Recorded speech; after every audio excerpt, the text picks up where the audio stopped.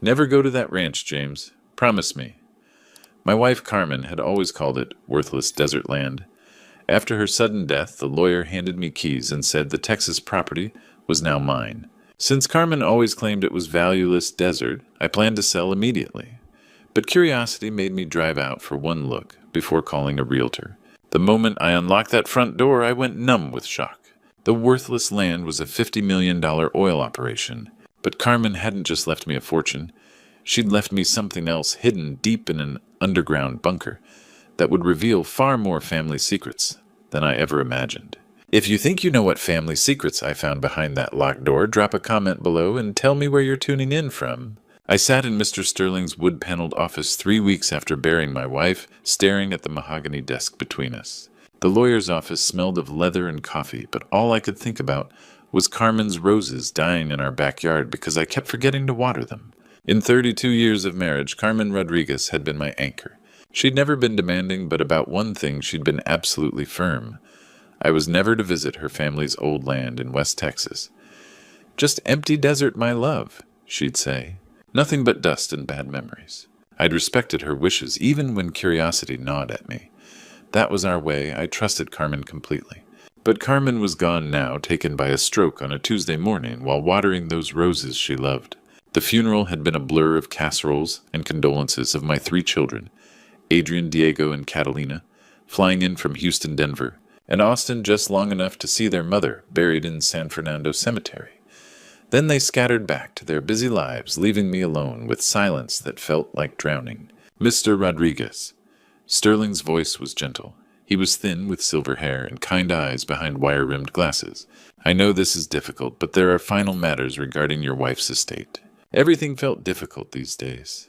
Getting out of bed, making coffee for one breathing without Carmen, all harder than my 2 tours in Afghanistan. Sterling slid a small wooden box across his desk. Inside lay an antique brass key attached to a longhorn keychain and a sealed envelope with my name in Carmen's precise handwriting. The same script she'd used for grocery lists and birthday cards for 3 decades. "What is this?" I asked, my voice rough. "Your wife purchased property in West Texas 3 years ago," Sterling said carefully. "According to her instructions, you were only to be informed after her passing. The deed has been transferred to your name, along with all mineral rights." The room tilted. Property Carmen never mentioned buying anything. Sterling consulted his notes. 2,500 acres in Reeves County near Pecos. It's called the Esperanza Ranch. He paused. "Mr. Rodriguez, based on recent geological surveys and current oil market conditions, we estimate the total value at approximately $50 million. The words hit like a physical blow. $50 million. Carmen, who'd clipped coupons religiously and bought generic cereal, who'd insisted we didn't need a new truck when mine hit 200,000 miles, had been sitting on a fortune without saying a word. My hands trembled as I lifted the brass key. The longhorn keychain caught the afternoon light, and I could hear Carmen's voice. "Promise me, James, never go to that ranch." But Carmen was gone, and her secrets were calling from across the Texas desert. For 32 years I'd honored her wishes about that land. For 32 years I'd trusted her judgment without question. Now holding the key to a $50 million mystery, I realized I'd never really known my wife at all. The woman who'd shared my bed, raised my children, and held my hand through every crisis had been keeping secrets that could change everything. I thought about our modest house on the south side, about the overtime shifts I'd worked to pay for the kids' college, about all the times Carmen had worried over bills while sitting on a fortune. Why had she hidden this from me? What else didn't I know? That night, I made a decision that would change everything. Tomorrow I would drive to West Texas and see what Carmen had been hiding from me for 32 years. The desert highway stretched endlessly before me, 4 hours of empty road giving me too much time to think. I'd left San Antonio before dawn, Carmen's words echoing in my memory. "Nothing but worthless desert land, my love. Just dust and memories." But if that were true, why had Sterling's surveys shown $50 million in oil deposits? The landscape around Pecos was harsh and unforgiving. Endless scrub brush and rocky outcroppings under a merciless sun. This was oil country where fortunes were made on geological gambles and families feuded over mineral rights. When I turned onto the dirt road marked Esperanza Ranch, my breath caught. This wasn't the abandoned wasteland I'd expected. A pristine gravel drive wound between maintained fence posts toward buildings that looked like a magazine spread about luxury ranches. The main house was stunning, native stone and weathered timber with a wraparound porch and large windows catching morning light. Beyond it stood a restored barn outbuildings, and in the distance oil derricks pumping steadily against the blue sky. A weathered man in his 60s emerged from the barn, wiping his hands on a rag. "You must be Mr. Rodriguez," he said, extending a calloused hand. "I'm Wade Thompson. Been managing this place for your wife for 3 years?" "3 years," I repeated, still processing what I was seeing. "Wade, I had no idea any of this existed until yesterday." His face softened. "Mrs. Rodriguez was specific about that. Said you weren't to know until after she passed." He gestured toward the house. "She spent every penny fixing this place up, turning it from a wreck into something special." As Wade led me through the property, Carmen's secret project became clear. She'd restored everything. Buildings operations even brought the oil wells online with a company from Midland. The house was furnished with her impeccable taste, comfortable leather furniture and family photos I'd never seen. The oil discovery was pure luck, Wade explained as we stood looking out over the derricks. Mrs. Rodriguez bought this because it was her grandmother's homestead. The petroleum company approached her about mineral rights 2 years ago. Turned out to be one of the richest deposits in West Texas. Carmen had grown up poor daughter of migrant workers who'd scraped together enough to buy this land in the 1940s. Her family lost it during the oil bust of the 1980s, and somehow my wife had quietly bought it back. "Why didn't she tell me?" I asked. "Can't say for sure," Wade replied carefully. "But Mrs. Rodriguez talked about wanting to surprise you, having something special for the family. She was always planning, always thinking 3 steps ahead." I was still processing this when my phone rang. Adrian's name flashed on the screen, and something cold settled in my stomach. My eldest son never called unless he wanted something. "Dad," his voice was sharp businesslike. "We need to talk. Diego and I know about the ranch. We're flying in tomorrow, and we expect a full explanation." The line went dead. I stared at my phone, wondering how my sons had learned about Esperanza Ranch so quickly, and why their first instinct was confrontation rather than conversation. Wade watched me with an expression suggesting he'd dealt with difficult family situations before. "Your boys?" I nodded, already dreading tomorrow. Carmen had kept this place secret for 3 years, but somehow less than 24 hours after I'd learned about it myself, my sons were making demands. The Texas sun beat down mercilessly as I stood on my wife's secret ranch, holding the key to a $50 million mystery, and facing the reality that my children saw dollar signs where I saw Carmen's final gift. They descended on the ranch like vultures arriving in a black rental SUV that kicked up dust clouds. My sons, who hadn't visited once since their mother's funeral, had coordinated overnight flights from Houston and Denver. Adrian stepped out first, his expensive suit absurd against the Texas landscape. At 32, he'd inherited Carmen's intelligence, but none of her warmth. Diego followed, 29 and soft from too many business lunches. Both carried themselves with entitled swagger. Catalina arrived separately, in her Honda Civic, from Austin. At 26, she still had Carmen's gentle eyes, though today they were clouded with confusion. She'd always been our peacemaker. "Dad." Adrian's greeting was curt. He'd brought his own lawyer, a thin man who looked uncomfortable. "We need to discuss this situation." "What situation?" I asked. "Don't play dumb," Diego interjected. $50 million, Dad. Mom sat on $50 million and never told us." Wade emerged from the barn, saw the family gathering, and quietly retreated. "Your mother had her reasons," I said carefully. "Her reasons for what? For making you sole beneficiary, while cutting her children out?" Adrian's laugh was cold. "For hiding the biggest windfall this family's ever seen?" "She didn't cut anyone out. This was her family's land. Money that should have secured our futures," Diego interrupted.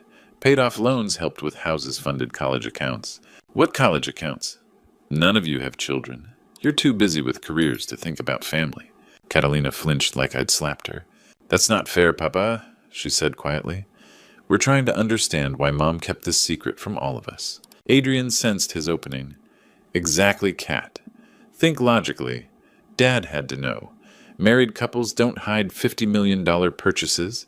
He's been playing us, acting like the grieving widower while sitting on a fortune." "That's not true," I protested. "Then explain it," Diego pressed. "Explain how Mom bought 2,500 acres without you knowing.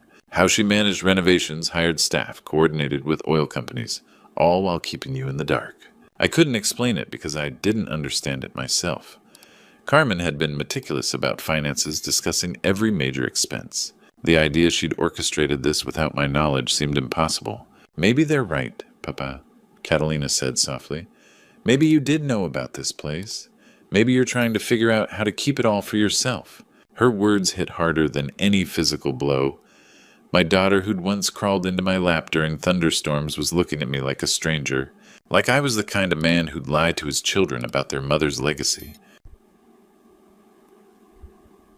Cat. I started, but she was already turning away, walking toward her brothers with defeated posture. Adrian's satisfied smile told me everything. This wasn't about understanding Carmen's choices or honoring her memory. This was about money, pure and simple, and my sons had just turned my daughter into their weapon against me. The desert wind howled across the ranch as I watched my family splinter into pieces, each of us standing on different sides of a chasm that $50 million had carved between us. Wade found me sitting in Carmen's office at midnight, staring at her desk as if it might reveal the secrets my wife had taken to her grave. The house felt impossibly quiet. After the day's confrontation, every sound amplified by my children's accusations. "Can't sleep either," Wade asked, settling into the leather chair across from me. Mrs. Rodriguez used to sit right there when she was working late, always planning something. Planning what and why keep me in the dark. Wade studied me, then walked to the bookshelf behind Carmen's desk. His fingers traced along leather spines until he found a slim volume of Emily Dickinson poems Carmen had treasured since college. She told me if you ever seemed lost, really lost, I should show you this. He pulled the book forward, and I heard a soft click. A section of bookshelf swung inward, revealing a narrow staircase leading into darkness. "Jesus Christ," I breathed. "Mrs. Rodriguez had this built during renovations," Wade explained, flicking on lights that illuminated a spacious room below. Said every ranch house needed a storm cellar, but this was something else. The hidden room looked like something from a spy movie. Multiple monitors lined one wall, connected to sophisticated computer systems. Filing cabinets stood along another wall, and in the center sat a leather chair facing the largest screen. But what caught my attention were hundreds of video files displayed on the monitor. Day 1 for James, when he's ready. Day 30, about the boys. Day 100, the truth about the money. 365 files total, one for every day following Carmen's death. "She made videos," I whispered. "Started recording 6 months before she passed," Wade said. "Spent hours down here talking to that camera like you were sitting right there." With trembling hands, I clicked the first file.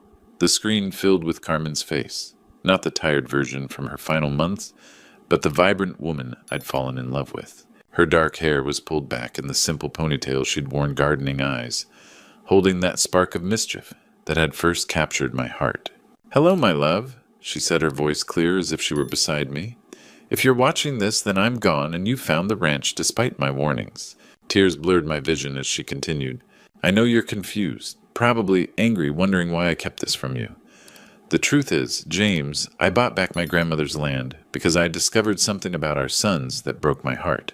Something I couldn't tell you while alive because I needed to protect our family first." Carmen's expression grew serious. "Adrian has been laundering money for a cartel operation out of Houston for 2 years. Diego has been running a Ponzi scheme through his energy consulting business, stealing from investors' retirement funds. I have evidence of everything, James. Bank records, recorded conversations, documentation that could send both boys to federal prison for decades." My world tilted. My sons, successful, educated men I'd raised to value honesty, were criminals. I bought this ranch with money from my grandmother's jewelry pieces I'd kept hidden since she died. I wanted to create something clean for our family, something built on love instead of lies. But I knew someday our sons' crimes would catch up with them, and we'd need leverage to protect Catalina and ourselves. Carmen leaned closer to the camera, her voice dropping to the intimate tone she'd used during our most private conversations. "There's one more secret about Diego that will break your heart, my love. But first, you need to see all the evidence I've gathered." Following Carmen's video instructions, Wade led me to the old barn, our flashlights cutting through darkness. The structure looked weathered and abandoned, but Wade's confident stride suggested otherwise. "Mrs. Rodriguez was clever," he said, pulling aside a loose board near the back wall. "Anyone snooping would see nothing but an old barn. The hidden panel revealed a steel door with an electronic keypad.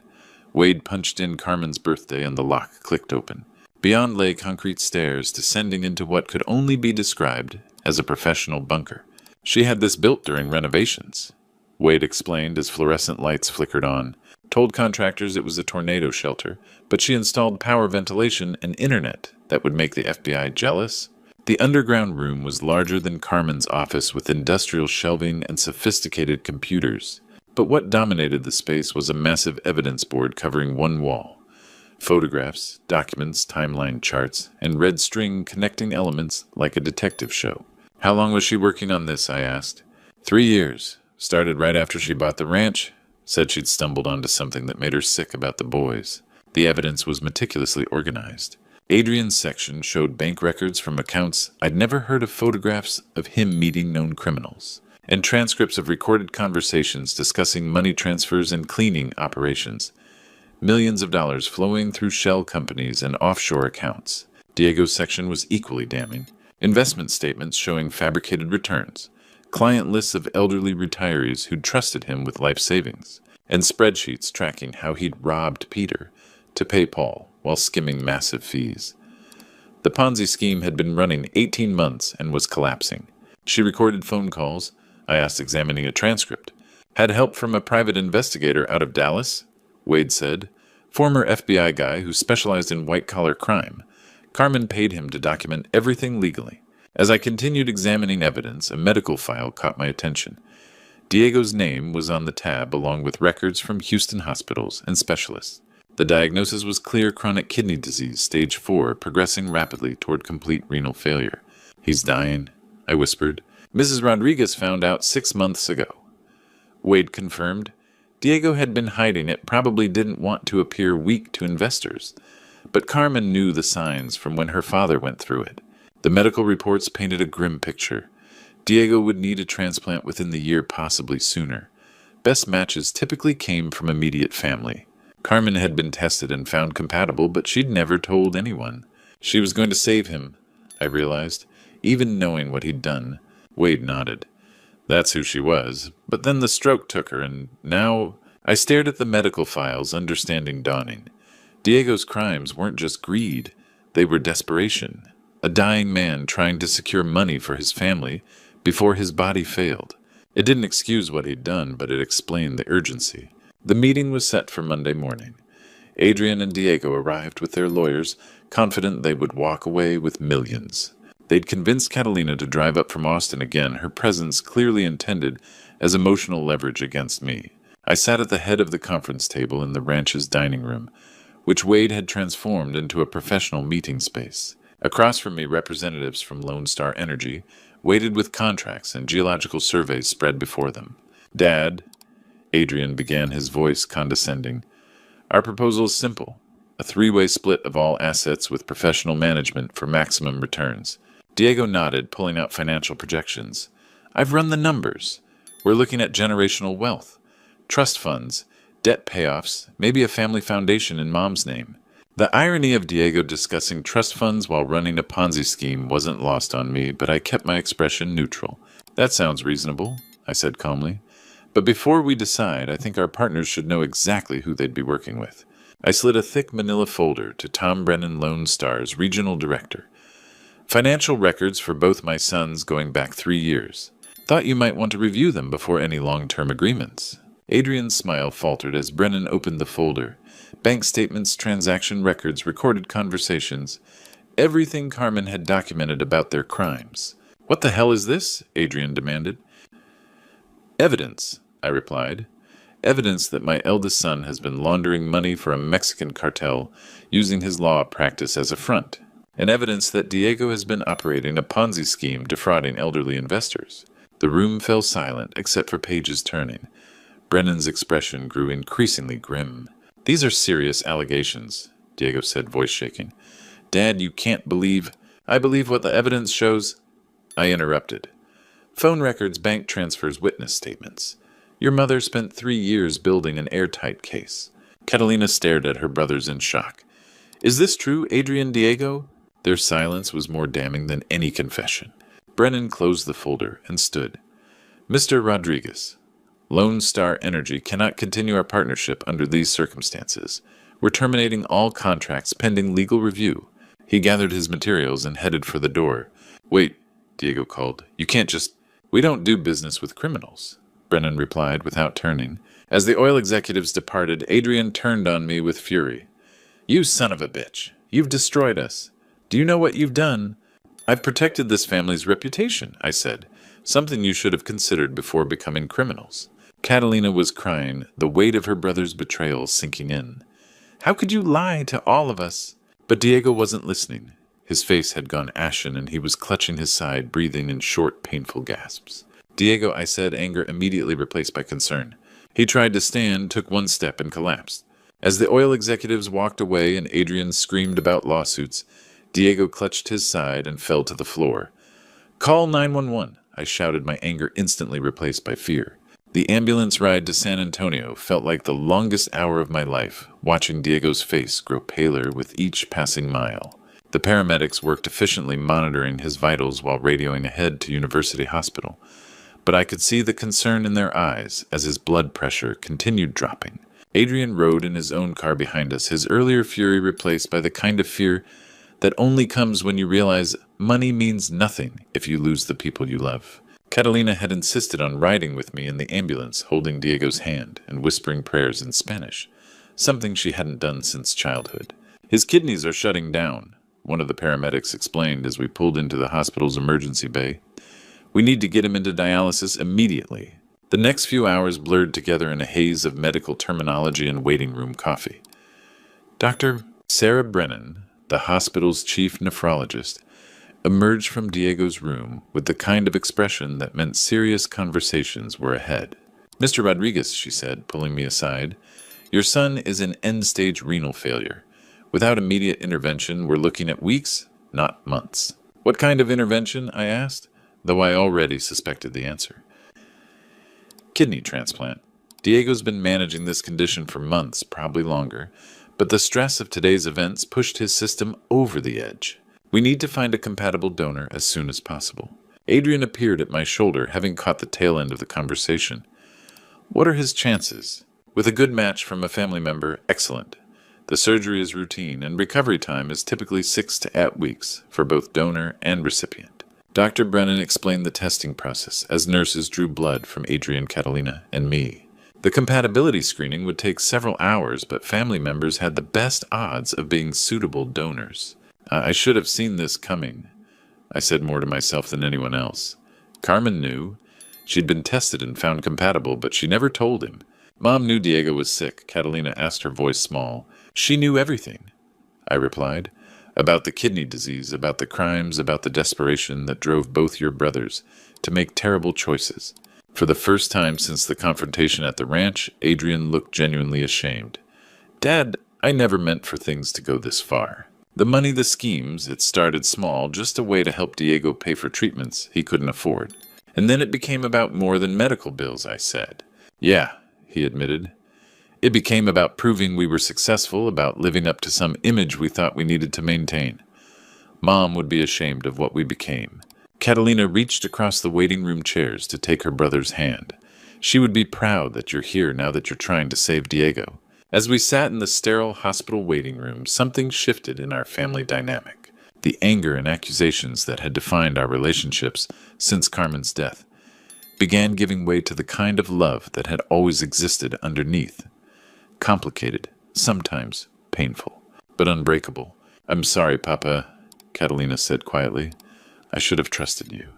I should have known you'd never hide anything important from us. You were protecting your brothers, I replied. That's what family does. Dr. Brennan returned as the sun was setting outside the hospital windows, carrying a manila folder with our test results. But instead of the relief I'd expected to see in her expression, there was confusion, maybe even concern. Mr. Rodriguez, we have the test results. There's something unusual we need to discuss. In the quiet consultation room, Dr. Brennan spread the lab results across the table, her expression troubled. The fluorescent lights hummed as she arranged papers with careful precision. Mr. Rodriguez, she began gently, the compatibility testing revealed something unexpected. You're not a match for Diego, but the blood work showed genetic markers that prompted additional tests. She slid a DNA analysis toward me. The technical language was dense, but the conclusion was clear. Probability of paternal relationship, 0.0%. I don't understand, I said, though part of me already did. Diego is not your biological son, Dr. Brennan said softly. The genetic markers indicate no familial relationship. I'm sorry. I know this is shocking. 29 years of fatherhood flashed before my eyes. Teaching Diego to ride a bike, helping with homework, celebrating his successes. All built on a foundation I'd never questioned. There has to be a mistake, I whispered. We ran the test twice to be certain, she replied. I'm truly sorry. The drive back to the ranch passed in a blur. Wade guided me to Carmen's secret room without a word. With trembling hands, I clicked on the video labeled Final Message about Diego. Carmen's face filled the screen, looking tired, older, as if her secrets had finally become too heavy. My darling James. She began, if you're watching this, then you know the truth about Diego. I can only imagine your pain right now, and I'm so sorry for what I did to our family. Tears blurred my vision as she continued. When you were deployed in Afghanistan for your second tour, I was lonely, scared, and made the biggest mistake of my life. I had an affair with Jeff Collins, a man I met at the base support group. It only lasted a few weeks, but Diego was conceived during that time. I felt like I'd been punched in the stomach. My wife, my Carmen, had betrayed me while I was serving our country. I wanted to tell you when you came home, but when I saw you hold Diego for the first time, saw the love in your eyes, I couldn't destroy that. You became his father in every way that mattered, James. You raised him, loved him, shaped him into the man he became. Carmen's voice broke with emotion. I kept Jeff's contact information all these years through a private investigator. He moved to El Paso, became a construction foreman, married, had other children. He never knew about Diego, but when I learned about the kidney disease, I had him tested secretly. He's a match, James. Her voice dropped to a whisper. The ranch, the oil money. It was my way of trying to make amends for the lie I've lived for 29 years. I wanted to give you something valuable, something that would secure your future, because I knew someday the truth would come out, and you might never forgive me. Carmen leaned closer to the camera, tears streaming down her face. Jeff Collins lives in El Paso. He's a good man who made a mistake with a married woman 30 years ago. The private investigator's contact is in the blue folder. Jeff doesn't know about Diego, but I believe, I pray, that he'll want to help save the son he never knew he had. The screen went dark, leaving me with a truth that had shattered everything I thought I knew about my marriage, my family, and my life. Through my tears, I heard Carmen's final words, I'm sorry, James. I'm so sorry. 2 weeks later, I sat in a coffee shop in El Paso across from a man who had Diego's eyes. Jeff Collins was 54, with graying temples and weathered hands of someone who'd spent decades in construction. I never knew, he said quietly. Carmen never told me she was pregnant. If I'd known, I would have tried to help. She was protecting everyone, I replied. Carmen always thought 3 steps ahead. Jeff showed me pictures of his wife and 2 teenage daughters. I've been married to Linda for 22 years. My girls don't know about what happened with Carmen. But when you told me about Diego needing a kidney, I knew I had to help. The compatibility testing at El Paso General took 3 days. Jeff was a perfect match. While waiting for surgical scheduling, I got to know Diego's biological father. Decent, hardworking, the kind of man who coached Little League and helped elderly neighbors. I want to meet him before the surgery, Jeff said.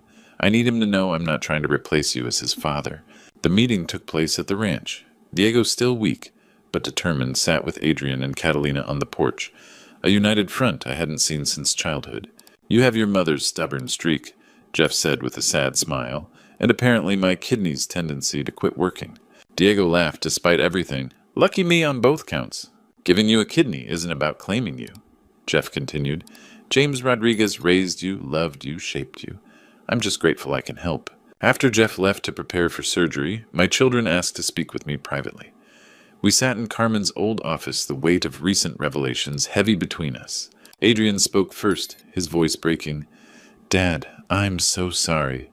For the crimes, for turning Catalina against you, for questioning your integrity, when you've been nothing but honest your whole life.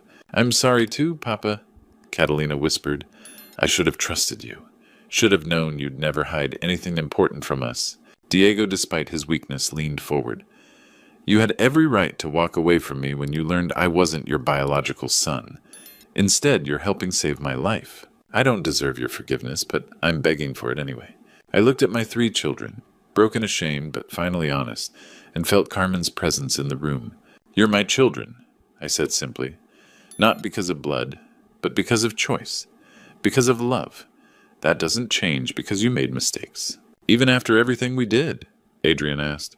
"Especially after everything you did. That's what real fathers do. We love you through the worst of yourselves and help you become better." The surgery was scheduled for the following month. Adrian began cooperating with investigators working to return stolen funds. Diego reached out to his victims trying to make amends. Catalina took leave from teaching to coordinate everything. "Carmen would be proud," I told Catalina one evening as we watched the oil derricks pump in the distance. "She would be proud of you most of all," she replied, "for choosing forgiveness over anger." The night before Diego's surgery, I sat in Carmen's secret room one final time. Her image filled the screen, beautiful and hopeful. "I know you're angry with me, James," she said, "but I hope you'll understand that everything I did was about love. Complicated, imperfect human love." As I headed upstairs, I realized she was right. Carmen had been right all along. Family isn't about blood. It's about the people who choose to love you, protect you, and never give up on you. Even from beyond the grave, she was still teaching us what really mattered. The oil derricks continued their rhythm outside, pumping wealth from the earth Carmen had reclaimed. But her real treasure wasn't measured in dollars. It was the lesson that love, forgiveness, and second chances could heal even the deepest wounds. Looking back on everything that happened after Carmen's death, I realized how close I came to losing my family forever. The secrets, the lies, the money, they nearly destroyed us all. But sometimes God has a way of using our darkest moments to teach us the most important lessons. Don't be like me, friends. Don't let pride and anger blind you to what really matters. When I discovered my son's crimes, my first instinct was revenge. When I learned about Carmen's affair, I wanted to hate her memory. But God showed me that forgiveness isn't about what others deserve. It's about what love requires. The truth is, this true story taught me that family isn't defined by blood or perfection.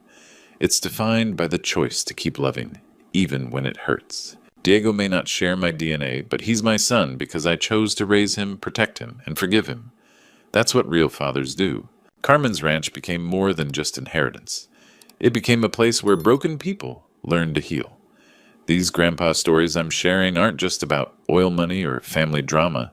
They're about second chances, about how God can work through our mistakes to create something beautiful.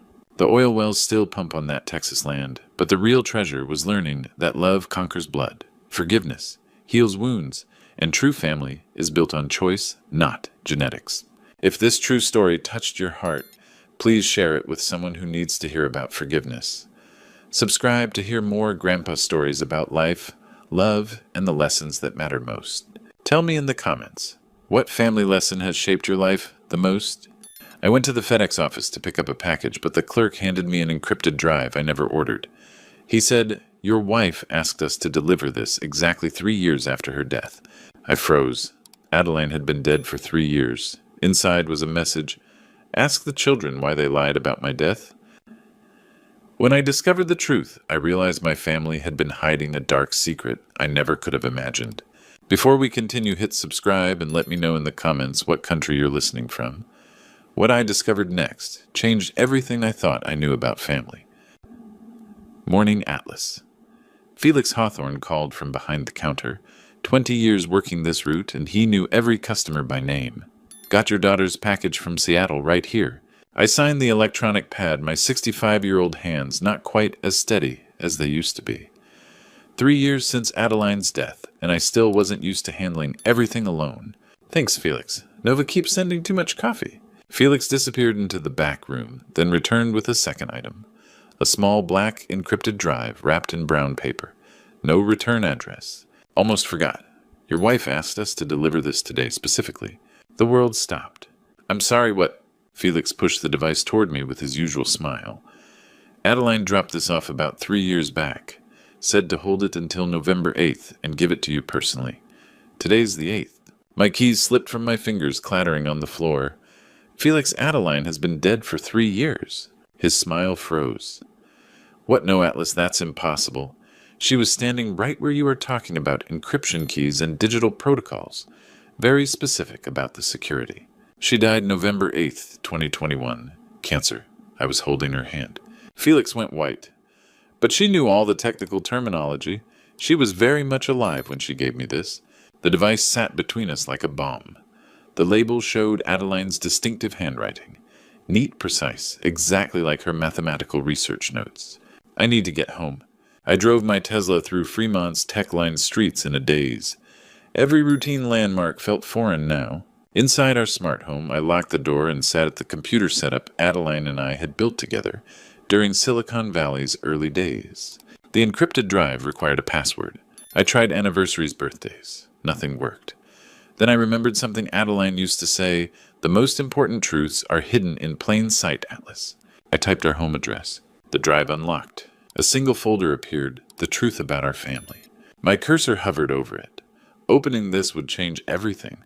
But Adeline had trusted me with whatever she'd discovered. I clicked. Inside was an audio file, "Start Here, My Love." Adeline's voice filled the room clear as if she were beside me. "Atlas, if you're listening to this, then I am truly gone, and enough time has passed for you to handle what I need to tell you. I'm sorry for the shock this must cause. I arranged this delivery through Felix because I knew he'd remember me and confirm my identity. You needed proof this came from me." Her voice wavered slightly. "On this drive is everything I discovered in the months before my death. I should have told you then, but I was trying to protect you. Now, protection requires knowledge." A pause. I could hear her taking a shaky breath. "Ask the children why they lied about my death. The answer's on this drive, but prepare yourself, my love. What you find will change everything you believe about our family." Another pause longer this time. "Orion and Nova did what they did to keep you safe. But in doing so, they put themselves in a position I fear they cannot escape from alone. Trust no one until you understand. Not the police, not our lawyer, not even our children. Not at first." Her voice broke slightly. "You are stronger than you know, Atlas. You always have been. The encryption key for the main files is our first dance song, 'I Love You Forever.'" The recording ended. I sat in the silence of our office, staring at the drive that contained secrets my dead wife had hidden from me. Secrets about our children. Secrets that had apparently gotten her killed. Because if Adeline had arranged this delivery 3 years ago and she'd mentioned the months before my death, then she'd known she was going to die. The answer to my question sat right there in front of me. A folder labeled Financial Evidence. My hands trembled as I opened it. Whatever Adeline had discovered about our family was apparently worth documenting with the precision of a federal investigation. The first audio file was dated 6 months before her death. "Atlas, I need you to understand what I've found about Orion's sudden success." Her voice was steady but strained. "That AI startup he told us about, the one that made him rich overnight, I ran the numbers. The company barely exists, but $89 million has moved through cryptocurrency exchanges using shell companies registered to our home address." Our address. Someone had been using our home as a front for massive financial fraud. Bank records filled my screen, statements showing systematic withdrawals from my retirement fund transfers. I'd never authorized digital signatures that looked like mine but weren't. The dates matched Orion's lifestyle changes perfectly. The house in Los Altos Hills, the expensive cars, Reina's designer, everything. An email chain made my stomach drop. From omeridianatechventures.com to Reina, meridian@gmail.com. tgrimmyadvancedtech.corp. Dad's getting suspicious about the retirement account. We need to accelerate the timeline. Reply from tgrimadvancedtech.corp. Handle your father. Reina knows what to do if he becomes a problem. Reply from ReinaMeridian@gmail.com. Don't worry about Atlas. Mom's the real threat. She's been asking too many questions. Mom's the real threat. They'd been planning this. My son, my daughter-in-law, and someone called TG, who apparently ran the whole operation. And Adeline had gotten too close to the truth. The final audio file was dated 2 weeks before her death. Adeline's voice was weaker now, frightened. "I confronted Orion yesterday, showed him the evidence. He didn't deny it, just said it had gotten out of hand. But then he said something that terrified me. The TG wouldn't let him stop, now that they were in too deep." Her voice dropped to a whisper.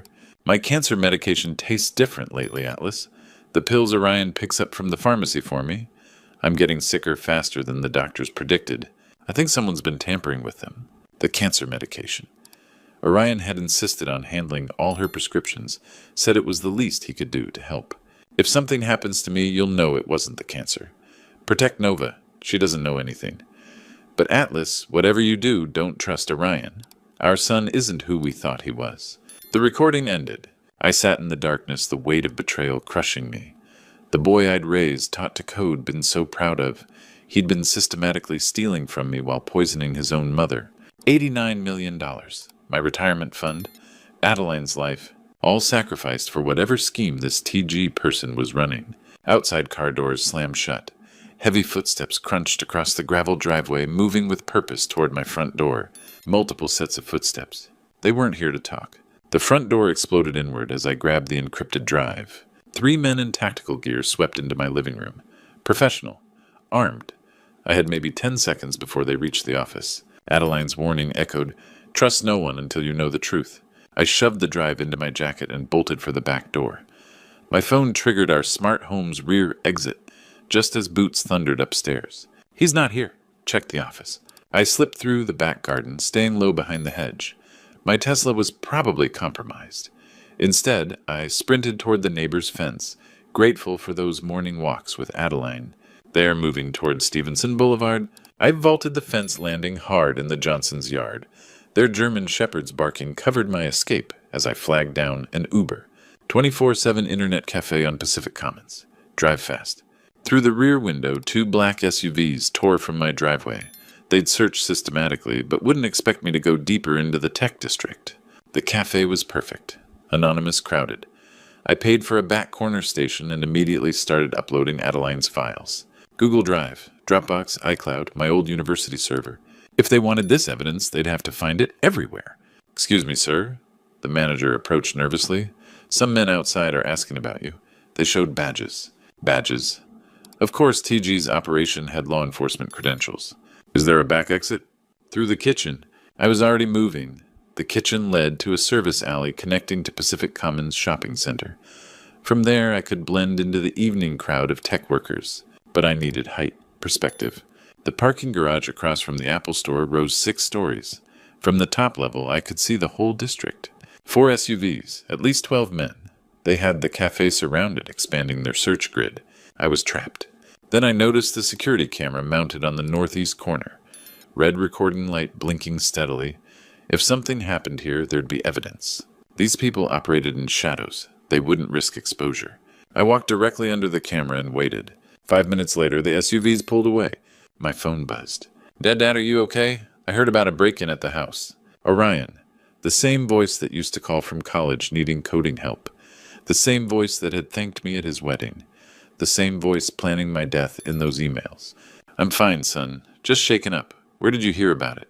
"It's all over the neighborhood app. This is serious. You can't stay at the house. Come stay with Raina and me until police figure out what happened." "The police? Right. Probably on TG's payroll, too." "That's thoughtful. Let me grab a few things first." "No, Dad. Don't go back there. It's not safe. I'm sending a car for you right now." "What's your location?" He was trying to find me. The concerned son act was perfect, but I could hear something else underneath. Urgency. Desperation. Fear. "I'll call you back. I need to think." I ended the call and stared at the phone. My own son was hunting me. The boy I'd taught to code was using every digital tool at his disposal to track me down.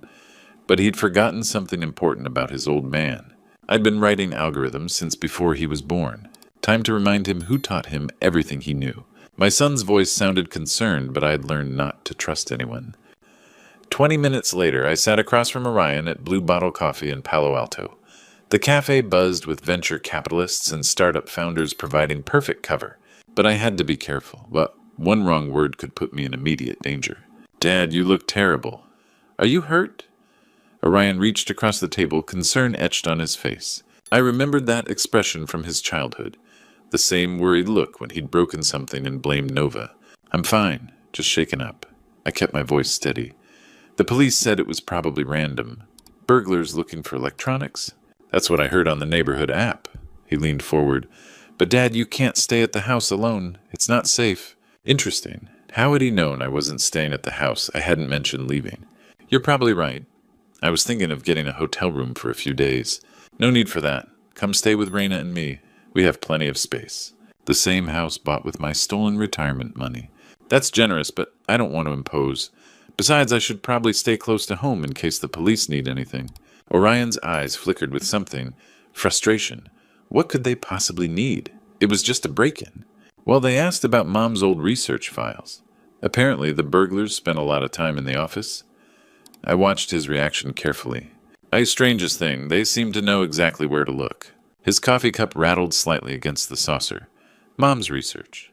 Why would burglars care about mathematical theorems? That's what I wondered. Unless... I paused as if a thought just occurred to me. Unless someone told them those files contained something valuable. Dad, you're being paranoid. Am I, because the police mentioned something interesting? They said this kind of targeted search usually means inside information. I kept my tone conversational, concerned father seeking advice from successful son. Orion shifted in his chair. Inside information from who? Someone who knew the house layout, knew where Mom kept her important documents. I sipped my coffee casually. Someone who had access. Dad, you're scaring yourself. Why don't we go back to my place? Raina's making dinner. He was trying to get me isolated, away from public spaces. Actually, I should probably check on Nova first. Make sure she knows what happened. I pulled out my phone. I'll call her now. No. Orion's hand shot across the table, stopping me. I mean, she's probably at work. Time difference and all. Maybe wait until tonight. Why wouldn't he want me calling Nova? That's when I noticed his other hand. He'd been texting someone under the table. His thumb moved frantically across the screen. You know what, son? You're right. I am being paranoid.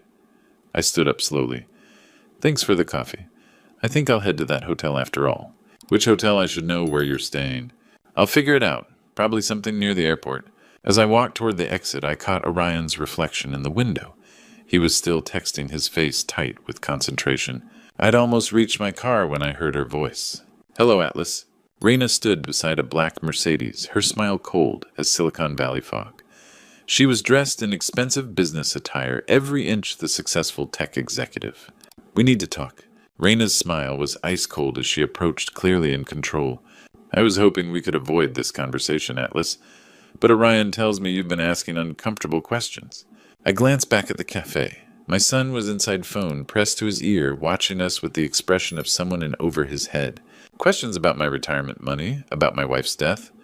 Those seem reasonable. Your wife's death was unfortunate but necessary. Her voice carried no emotion.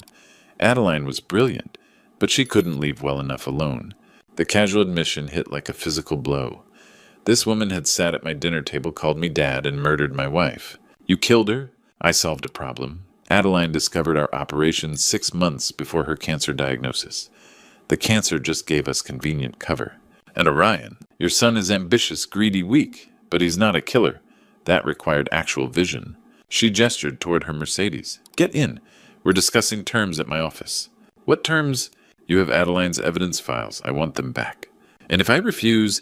Raina showed me a photo that froze my blood. Nova bound and gagged in what looked like a warehouse. Your daughter is very pretty. Tragic if something happened to her. They had Nova, my innocent daughter who'd never hurt anyone. The files Atlas, all of them, including your cloud backups. She knew about the uploads. Fine, but Nova goes free first. That's not how this works. Get in. We drove to Orion's startup office in the industrial district. State-of-the-art smart building. One I'd helped design 2 years ago when I thought my son was legitimate. Impressive setup, I said as we entered. Orion could afford it with your retirement fund. 3rd floor, open concept office glass and steel cryptocurrency displays on every wall. Sit. Raina pointed to a chair. Orion emerged from a side office looking sick. Dad, I never wanted... Shut up.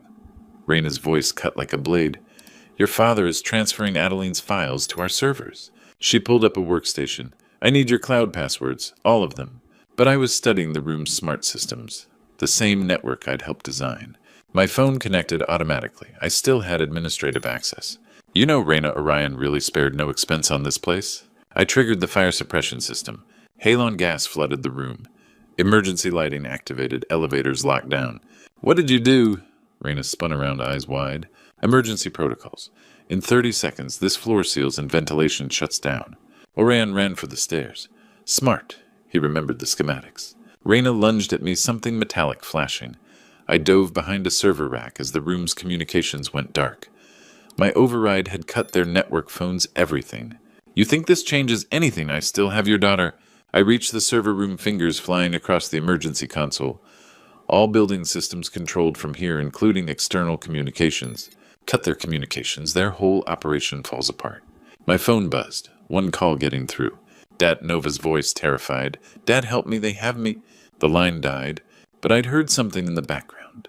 Something that told me exactly where they were keeping her. I had to find help, but Adeline's warning echoed trust no one. But hiding in that server room, I remembered something else from her recordings. There are still good cops, Atlas. Find Detective Sage Hunter.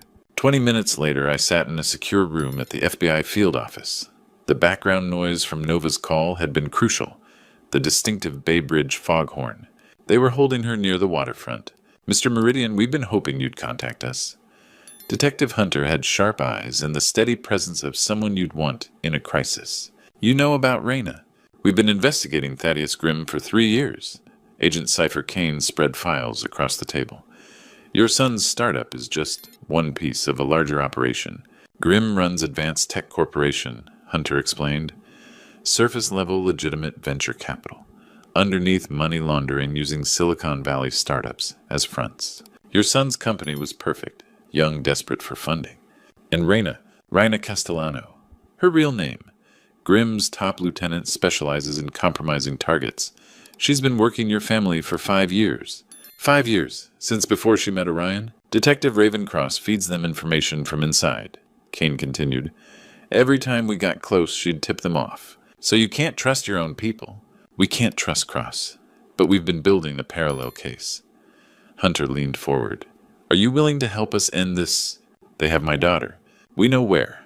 Kane pulled up satellite imagery. Grimm owns a warehouse complex near Pier 33. Tech equipment storage officially. Sensitive operations unofficially. The building looked like a fortress.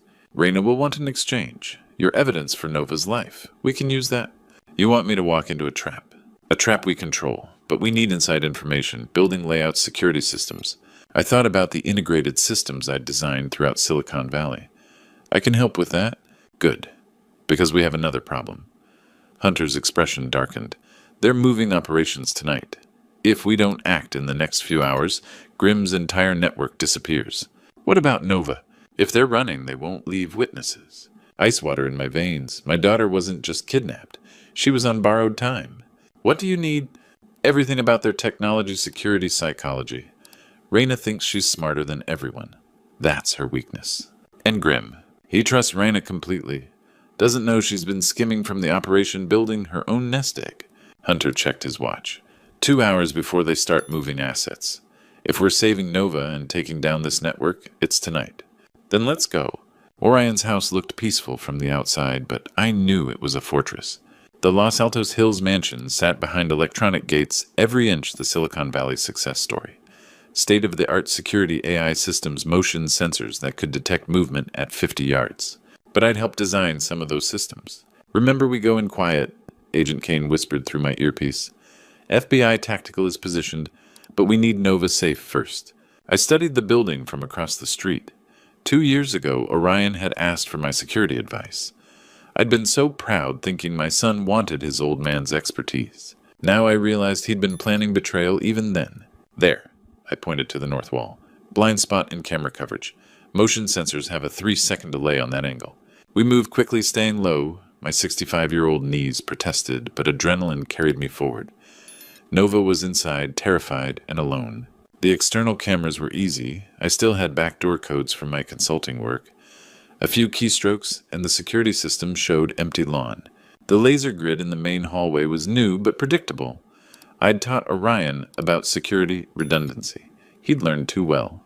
We crawled under the beams, following paths I'd mapped from memory. The house hummed with servers and climate control. Nova's voice came from below us, faint but unmistakable. Dad, are you there? The basement server room. Most secure location surrounded by electronic countermeasures. I found the hidden access panel behind the kitchen pantry. Another feature I'd suggested. Stairs led to a high-tech bunker. Nova sat tied to a chair, tears streaming, but her eyes lit up when she saw me. Dad, I'm here, sweetheart. I cut her restraints, pulling my daughter into a fierce hug. Dad, I heard them talking. Orion's been planning this for years. Grimm promised him everything. Money, power, new identity if they had to run. It's okay, we're getting you out. Not so fast. Orion stood in the doorway, unrecognizable. Cold eyes calculating expression. A pistol in his right hand. I really hoped it wouldn't come to this, Dad. Orion, please. She's your sister. Sister. We're not even real family anymore, Dad. Blood doesn't mean anything when you've been living a lie your whole life. He stepped forward, gun steady. You both know too much now. I raised you better than this. You raised me to be weak, to follow rules, care about feelings. Grimm taught me what really matters. Power control, taking what you want. His voice turned bitter. You know what's funny, Grimm's been more of a father to me than you ever were. He saw my potential when you just saw disappointment. The words hit like physical blows, but they gave me an idea. You're right, son. Grimm taught you well. My phone was still connected to the house systems. While Orion gloated, I triggered automated lockdown. Steel shutters slammed over windows. The door sealed electromagnetically. Emergency lighting bathed everything red. What did you do? Orion spun panic, replacing confidence. Activated your own security against you.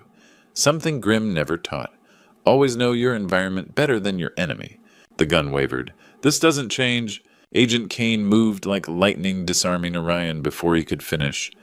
My son collapsed to his knees, finally looking like the scared boy I remembered. It's over, Orion. No.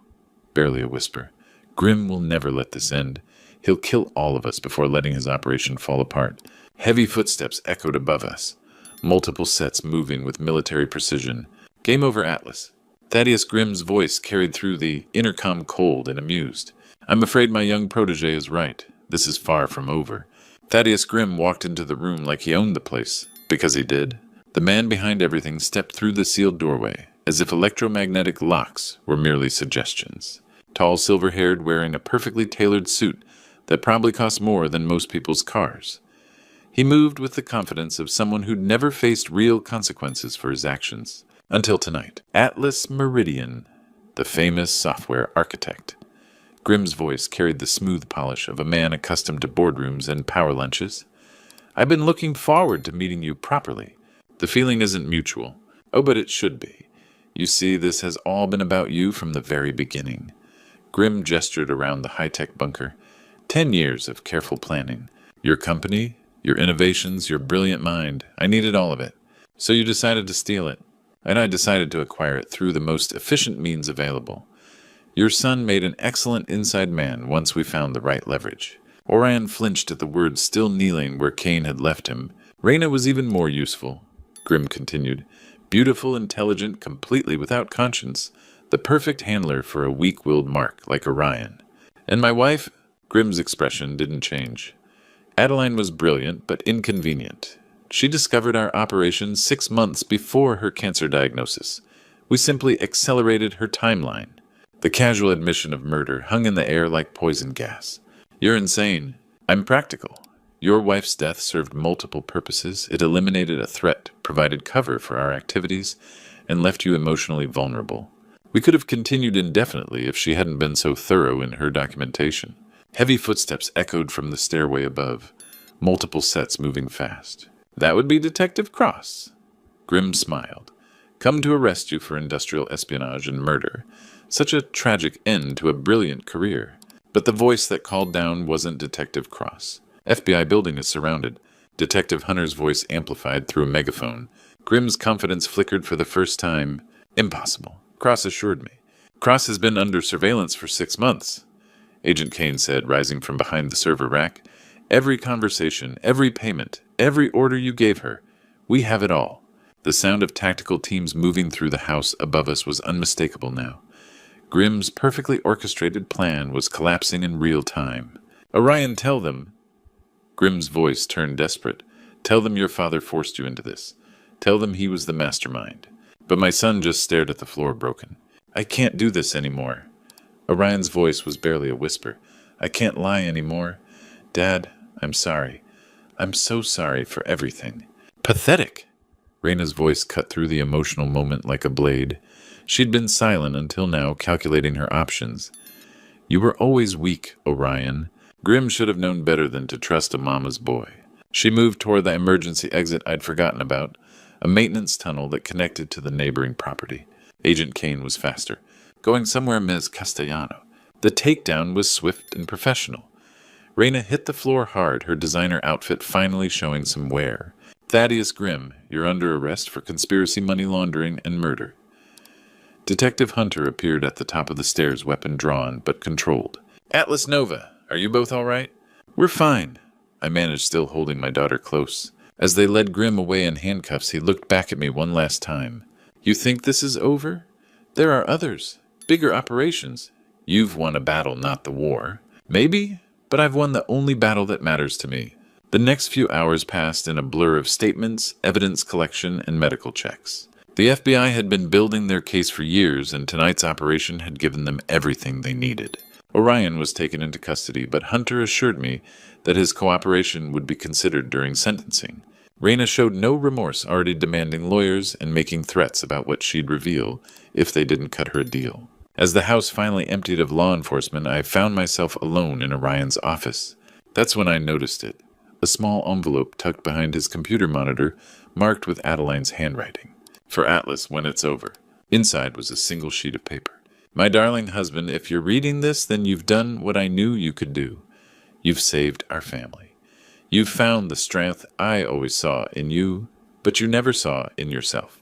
I love you forever, and I'm so proud of the man you've become. Take care of Nova. Take care of yourself. And remember, love transcends everything, even death. Adeline. I sat in that empty office and cried for the first time since her funeral.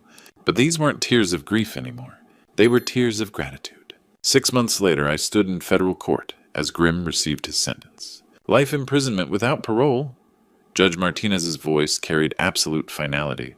The man who'd murdered my wife and corrupted my son finally faced justice. Raina got 25 years, showing no remorse even in shackles. Orion received 15 years reduced for cooperation.